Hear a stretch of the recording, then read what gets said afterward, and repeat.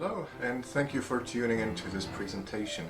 I would like to introduce an app to you that I've been using for quite a while called forScore. I started using it just as a note-reading app for my personal music and for accompanying, but I fairly soon started using it in teaching, and I have found it very valuable. This is not intended to be a tutorial on forScore, but rather I would like to show you the ways that I've been using the program and what I have found particularly valuable. forScore makes it easy to import music in various ways. You can import a PDF file. There's an integrated scanner that uses the iPad's camera, and there are various ways of cropping pages and auto recognition and so forth. And you can also use your camera roll. It is really important to organize your music very diligently from the start. It's amazing how much music accumulates in no time, and I may be speaking out of personal experience in that one. As you can see next to me, recently I started teaching the student Peter Pan, and we've been working on a ballad by Johannes Brahms. I organize my music, or the music of my students, that is, by semester. You can also do that by calendar year or however you would like to, by genre.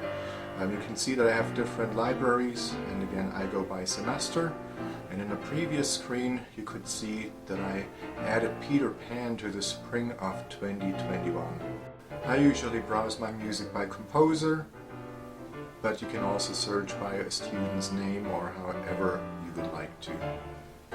There are many ways of annotating music in forScore, and Apple Pencil is very convenient, but there are other ways as well.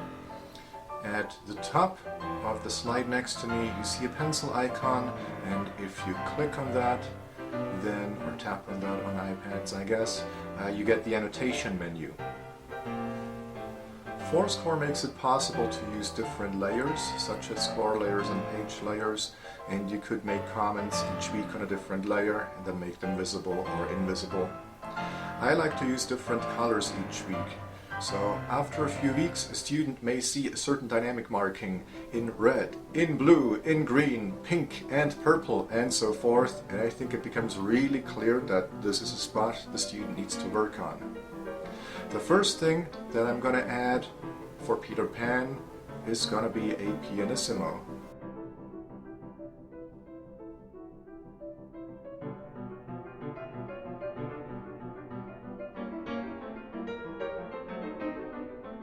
Apparently Peter Pan hasn't been good with shaping that initial phrase, so I'm going to add a phrase marking, which is located under Shapes.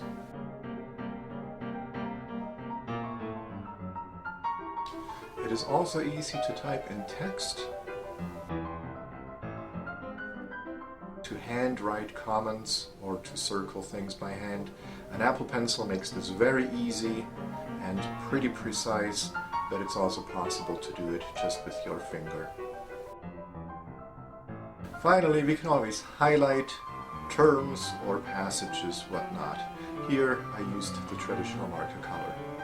At the end of each lesson I share the annotated score with my students. Here you can see the complete menu that allows me to share an annotated copy with the student, and I usually do that through email, although some of my students now also use forScore or have iPads, and it's very easy to airdrop. Some of the other functions in forScore that I like to use are not necessarily related to teaching, but they are very useful nonetheless. When I perform, I use a Bluetooth pedal to turn pages.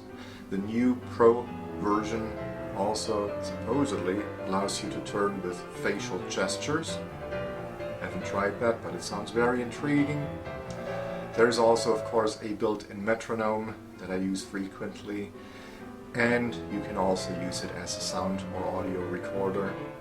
So there are many more functions. I have used it in professional popular music gigs where you can organize music in set lists and so forth. It's easy in the music to skip from part to part, either through buttons or through various functions. I hope that gives you a little bit of an overview of forScore. Again, this was not meant to be a tutorial, but just a way to show you the ways that I'm using technology in my lessons. Please let me know if you have any questions.